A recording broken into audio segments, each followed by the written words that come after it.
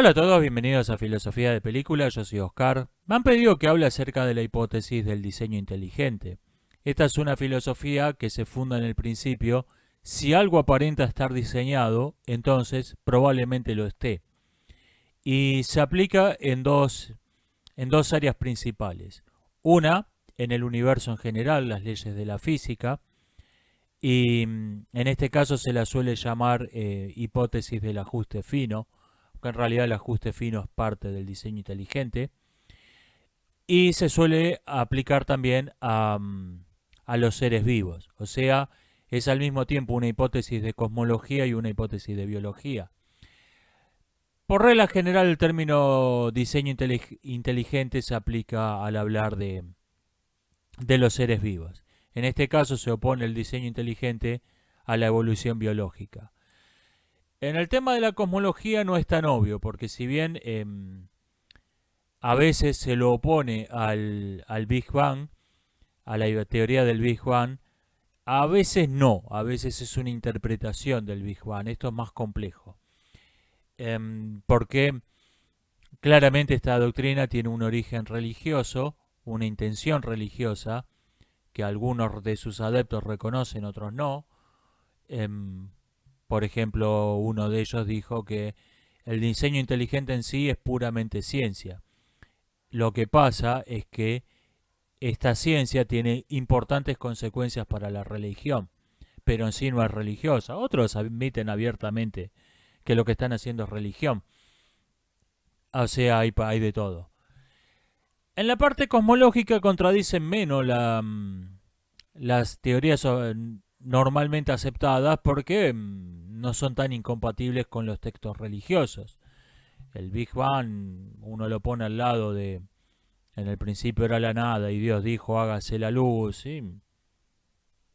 No está no es tan difícil de reconciliar.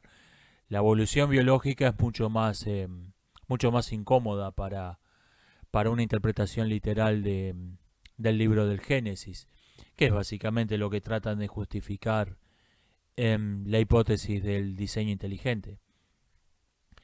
Me voy a ocupar por separado, voy a empezar por la parte de biología, después voy a hablar de la hipótesis del ajuste fino y después voy a hacer dos comentarios generales acerca del diseño inteligente. Empecemos por la biología. Hablan de lo que llaman hablan los adeptos al diseño inteligente de lo que llaman la complejidad irreductible. Los seres vivos complejos como nosotros no pueden haber surgido por un proceso gradual evolutivo. Y esto se suele decir que es una falacia ad ignorantiam, porque lo que se está diciendo es no sabemos cómo surgió algo. Por ejemplo, el ojo se le suele poner como ejemplo, lo cual por cierto es un pésimo ejemplo, porque la evolución del ojo es de lo más fácil de explicar por la evolución. Pero pongámosle que no supiéramos cómo surgió el ojo, de no tenemos la menor idea, no podemos saltar a, por lo tanto, ha sido diseñado por un diseñador inteligente sobrenatural. Momento, si no tenemos la menor idea de cómo se formó el ojo, ahí tiene que terminar el razonamiento, no empezar. Este es el, este es el argumento la objeción más común al diseño inteligente. Yo creo que hay una todavía más básica, y es que no vemos en la naturaleza cosas que no puedan haber surgido por un proceso gradual, y voy a volver sobre este tema más adelante. Se suele decir que no puede haber surgido, y en realidad todo lo que estamos viendo surgió fácilmente explicable que haya surgido por un proceso gradual. Por ejemplo, algo que es difícil de que surja espontáneamente por un proceso evolutivo es una rueda. Una rueda tendría que ser un ser vivo con ruedas, tendría que tener una parte separable que sin embargo funcione, funcione de modo coordinado con otra parte que sería prácticamente un ser vivo distinto. Y además una rueda a medio hacer no sirve para gran cosa. La primera rueda ya tendría que haber por lo menos cumplido alguna función para este ser vivo con ruedas. Y efectivamente no vemos seres vivos que tengan ruedas. O sea, no vemos lo que nos dicen que tendríamos que ver. Am, Otros argumentos que usan los adeptos al diseño inteligente es hablar de que, por ejemplo, que hay huecos en el registro fósil. Ok, vemos entre, por ejemplo, el ser humano y nuestros antepasados de hace 4 millones de años, vemos casos intermedios, pero no todos los casos intermedios. Hay lagunas en el registro fósil. Bueno, esta es la función de una teoría, llenar las lagunas. Si, o sea, una hipótesis funciona así. Observo un caso, observo otro caso, observo otro caso. Los clasifico y me doy cuenta que puedo trazar una línea, digamos una curva exponencial, uniendo todos esos puntos. Entonces, hipótesis, esto está siguiendo una curva exponencial y eso me permite predecir qué hubo en el medio de mis observaciones y me permite predecir qué va a pasar, qué vamos a observar en el futuro. Bueno, eso es la esencia del pensamiento racional. Si tengo que poner ejemplos de cada punto de la línea, ¿para qué necesito la hipótesis? ¿Para qué necesito la teoría? Así es como funciona el pensamiento racional. Igual que cuando se habla, en el marco del diseño inteligente, de la microevolución y la macroevolución. Por ejemplo, eh, ¿por qué la vacuna antigripal del año pasado ya no sirve? Hay que vacunarse de vuelta. Bueno, eso es microevolución, evolución en pequeña escala, pero no hemos observado la evolución a gran escala. No hemos visto, por ejemplo, crecer el cuello de la jirafa. El mismo caso. Lo que se hace en la investigación es extrapolar lo que hemos observado en pequeños detalles y sacar conclusiones generales acerca de la realidad a partir de esas pequeñas observaciones.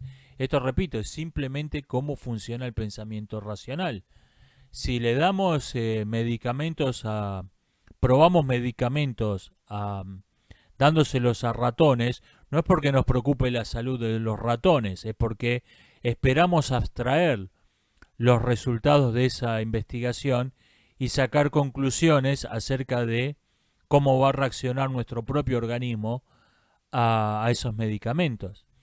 O sea, esto es simplemente cómo funciona el pensamiento racional.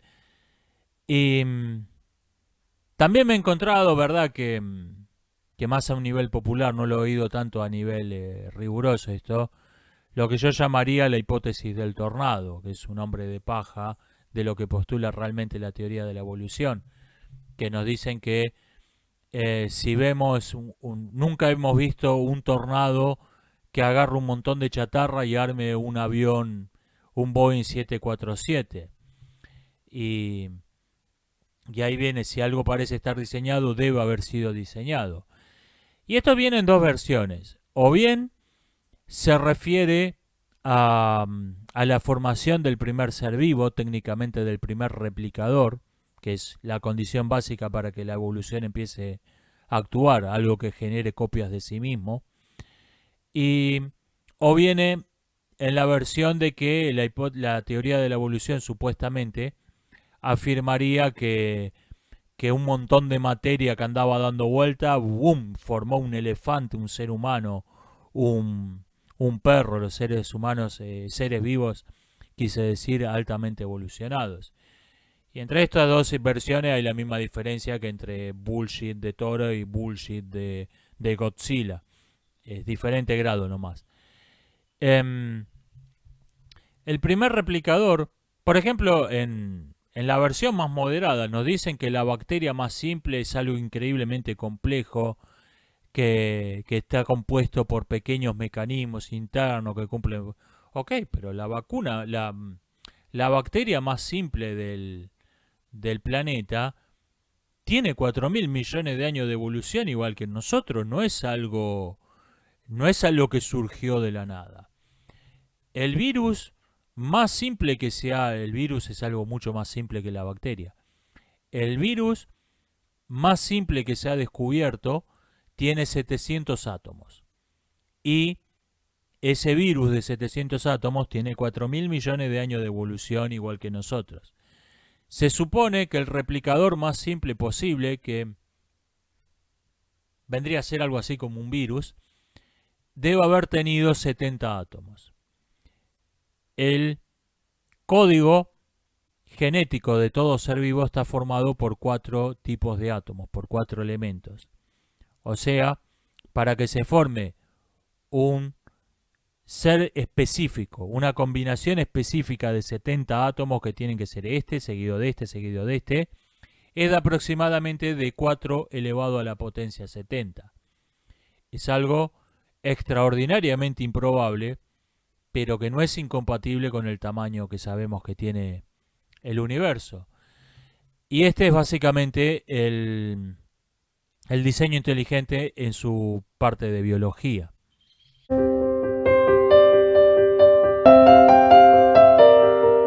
Cuando se habla de cosmología se usa más bien el término ajuste fino o hipótesis del universo bien afinado.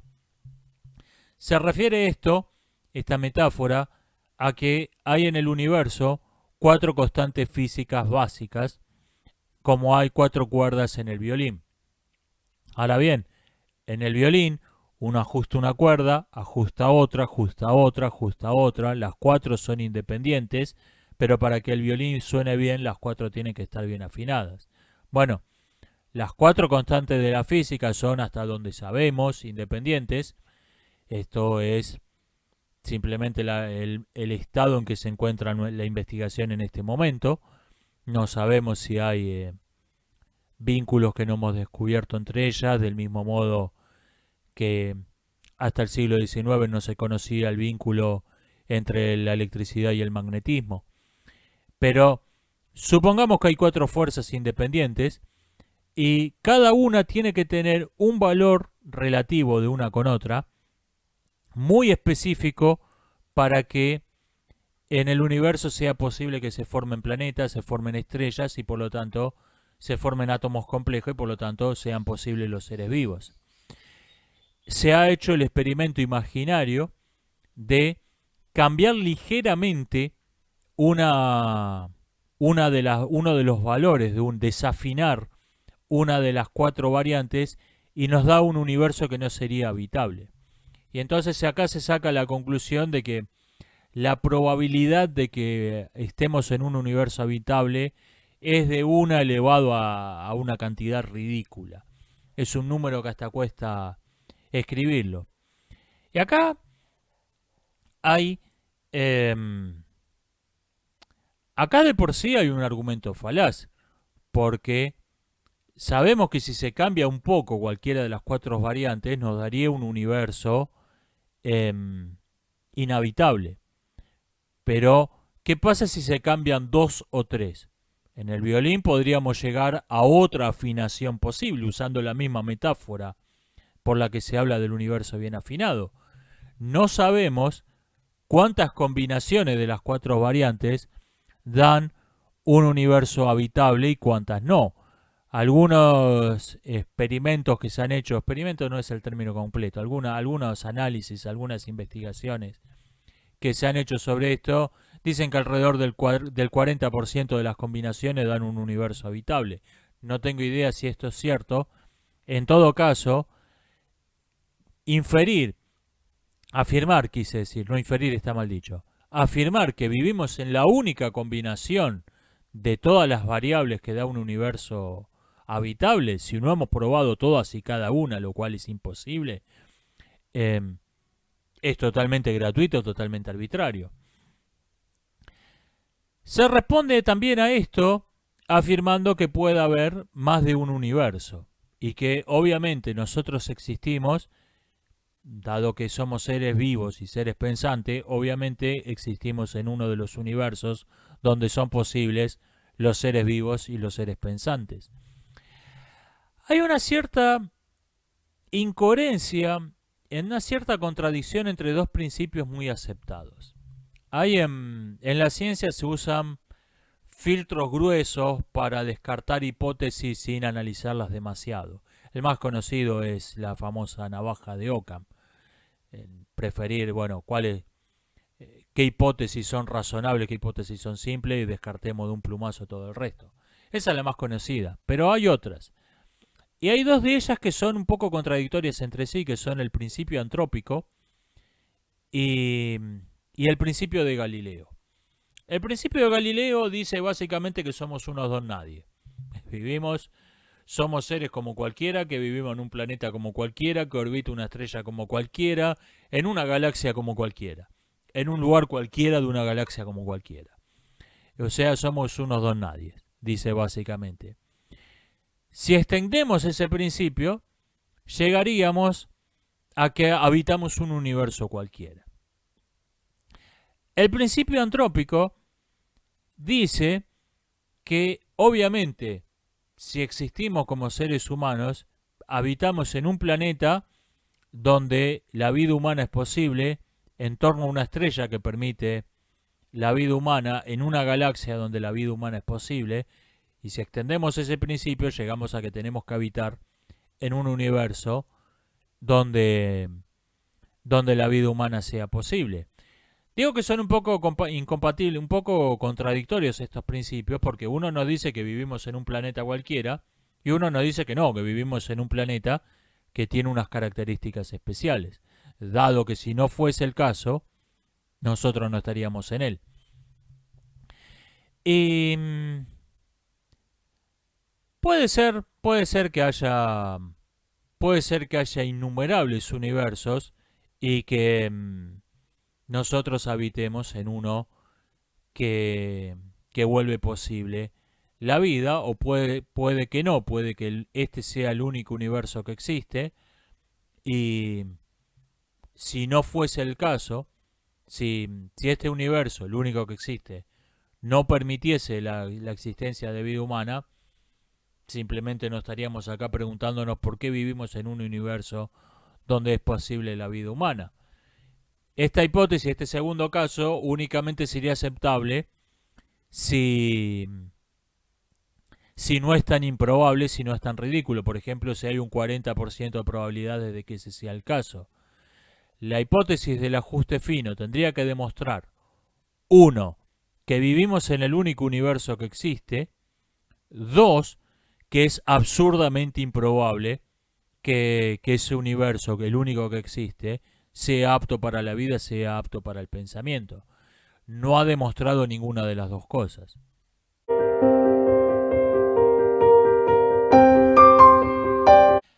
Pero vamos directo a la cuestión del fondo. El postulado filosófico, si algo aparenta estar diseñado, entonces muy probablemente lo esté. Y acá hay una cuestión, antes de discutir sobre constantes físicas, sobre la evolución biológica, hay una cuestión mucho más esencial. El universo no parece estar diseñado. Los seres vivos no parecen estar diseñados. O sea, conocemos las características que tiene el diseño de ver obras de arquitectura, de ver obras de ingeniería, de ver aeroplanos, de ver maquinarias. No es el aspecto que tiene la naturaleza. Nos dicen los defensores del diseño inteligente, nos muestran una tela de araña como la obra maestra de la creación, una red para atrapar moscas. Eso es lo que hizo un ser omnisciente, omnipotente, no se le ocurrió nada mejor. O vemos lo que en una maquinaria, en una obra de ingeniería, consideraríamos una chapucería absoluta, una obra de una improvisación total. Imaginen, por ejemplo, un telescopio que tiene dos lentes, un telescopio refractor, que donde uno de los lentes está espantosamente mal diseñado, entonces el otro se lo pulió para que no distorsione la imagen. Uno ve esto y dice, esto lo hizo el peor fabricante de telescopio del planeta, esto es una chapucería de lo peor. Bueno, el maravilloso ojo humano que gustan de poner como ejemplo de complejidad reductible de algo que está claramente diseñado, es ese telescopio. tenemos un ojo que está extraordinariamente bien diseñado, es una obra maestra del diseño para ver abajo del agua. Y como no somos peces, nuestro ojo está espantosamente mal diseñado para ver en la atmósfera y se adaptó cambiando la forma cambiando la forma de la córnea, haciéndola, o sea, la córnea del ojo tiene una distorsión que compensa la distorsión del cristalino. Eso es el diseño chapucero, es la hipótesis del diseño chapucero, del diseño berreta. Y tiene sentido en la evolución. No tiene sentido si suponemos que alguien creó el ojo humano para ver en el aire, en la atmósfera. Imagínense otro caso de diseño estúpido. Imagínense que enviamos una colonia a Marte, y una colonia totalmente robotizada, o que tiene habitantes, pero lo opera totalmente robótico. Y estas máquinas han encontrado un modo de sacar agua del polvo rojo de la superficie de Marte. Y empiezan a excavar, empiezan a construir cuevas y siguen sacando agua de un proceso que consume un montón de energía, convierten el polvo rojo en agua, lo bombean a los habitantes que están cada vez más profundos. Hasta que encontramos un lago subterráneo que no sabíamos que existía. Oh, caramba, había agua dulce en el centro de Marte. Y la colonia sigue creciendo, se sigue propagando por un océano de agua potable y sigue gastando un montón de energía cada vez más en convertir el polvo rojo en agua, bombear el agua a las profundidades a la gente que está viviendo dentro del océano de agua potable y beben esa agua, aunque están rodeados de agua potable. Y vienen unos marcianos, ven eso, estudian el diseño de eso y dicen, wow, estos tipos sí que son unos estúpidos. Bueno, así están diseñadas las plantas. Las plantas son una obra maestra del diseño estúpido. La planta consume alrededor del 80% de la energía el 80% de su energía, toda su estructura está prácticamente dedicada a extraer nitrógeno del suelo, a absorber nitrógeno de minerales que tienen nitrógeno, procesarlo, separar el nitrógeno y obtener el nitrógeno que necesita para sobrevivir la planta, usando la energía solar, consumiendo agua. O sea, él prácticamente no se dedica a otra cosa que obtener nitrógeno del piso, del suelo, de los minerales del suelo, la planta, estando rodeada de un océano de nitrógeno. El 80% de la atmósfera que respiramos es nitrógeno. ¿Por qué? Porque evolucionó en el fondo del mar, donde no estaba rodeada de nitrógeno la planta. Estaba rodeada de agua. Entonces, necesito nitrógeno para sobrevivir, empezó a sacar el sistema de raíces, de separar los minerales, obtenerlo del fondo del mar. Cuando las plantas evolucionaron y salieron a la superficie, como la colonia marciana de la fábula, siguieron usando el mismo método, aunque están rodeadas, literalmente están en el fondo de un océano de nitrógeno que cubre el planeta, y gastan el 80% de su energía en obtener nitrógeno del suelo. Eso es diseño estúpido. Eso es una obra maestra del diseño estúpido. Pongo otro ejemplo de diseño estúpido. Nuestros pulmones. Nosotros evolucionamos de seres que tenían un número variable de cavidades en su interior para procesar alimentos. Vamos a llamarlos estómagos. Algunos tenían más, otros menos. Los más exitosos tenían 2 estómagos, que eran más o menos iguales. Uno de esos estómagos evolucionó a procesar gases y el otro a procesar alimentos sólidos. En el pez, el estómago dedicado a procesar aire adquirió una función secundaria muy importante. Se convirtió en la vejiga natatoria, se convirtió en el instrumento para subir, bajar la profundidad, mantenerse a un nivel estable comprimiendo o descomprimiendo el aire. Esta función era más importante que procesar el aire. Pero esta función quedó, la función original de procesar el aire, quedó como una función residual. Bueno, ya que está, seguimos haciendo esto. Cuando los anfibios salen a la superficie y se convierten en animales terrestres, la vejiga natatoria ya no tenía ninguna función. Pero, como la vejiga natatoria conservaba un vestigio de su función original de procesar el aire, empezó a evolucionar para ocuparse de nuevo de esa función hasta que fue la función prácticamente única, salvo cuando nadamos, hacemos salvo casi única función es procesar el aire.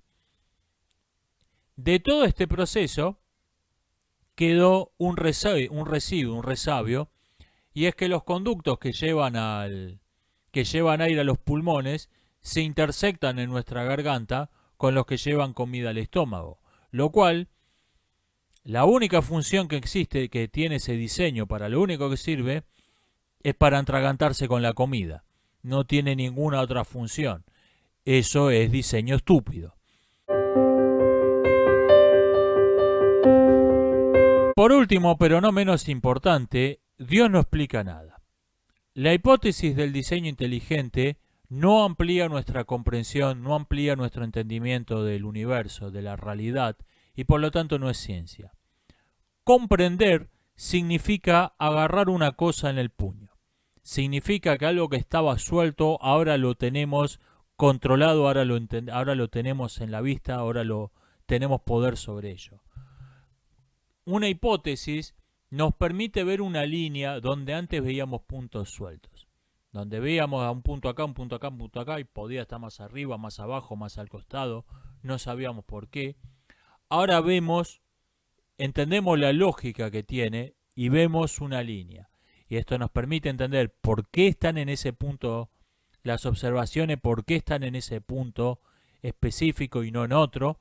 Nos permite predecir lo que va a pasar, nos permite inferir lo que pasó en el medio, nos permite inferir lo que pasó antes. Esto es entender algo, esto es comprender. Nuestro conocimiento avanza cuando de un conocimiento particular pasamos a un conocimiento más general.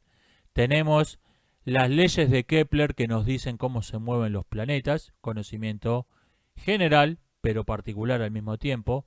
Tenemos las leyes de Galileo que nos dicen cómo cae un objeto en la superficie de la Tierra. También es relativamente general esa ley, pero reducido a un término puntual. Entonces viene Newton y mezcla todo eso y nos da una sola ley que explica tanto el movimiento de los planetas como la caída de los cuerpos en la Tierra. Ese es el progreso del conocimiento. El conocimiento va de lo particular a lo general. Tampoco se detiene en Newton. Viene después Einstein y nos dice que la ley de Newton es un caso particular de algo mucho más amplio, que nos permite entender la relación entre la caída de los pesos en la Tierra y el movimiento de los planetas, pero además abarca fenómenos que bajo la ley de Newton no podíamos entender, que parecían completamente random. Bueno, cuando alguien me dice no podemos entender esto ha sido diseñado y es así, lo que está diciendo es que abandonemos un conocimiento general, hipotético, teórico, a lo que hemos comprendido y pasemos a una situación de no comprender. Bueno, tenemos... ¿Por qué los ojos, por qué tenemos visión estereoscópica? Porque así se le ocurrió al diseñador. Podríamos haber tenido un ojo en la frente, un ojo en la nuca. O sea, dejamos de comprender, dejamos de ver una línea y empezamos a ver puntos sueltos totalmente arbitrarios. Esto es exactamente lo contrario a lo que hace el conocimiento científico. Y esto es lo que quería decir sobre el diseño inteligente. Nos estamos viendo hasta la próxima.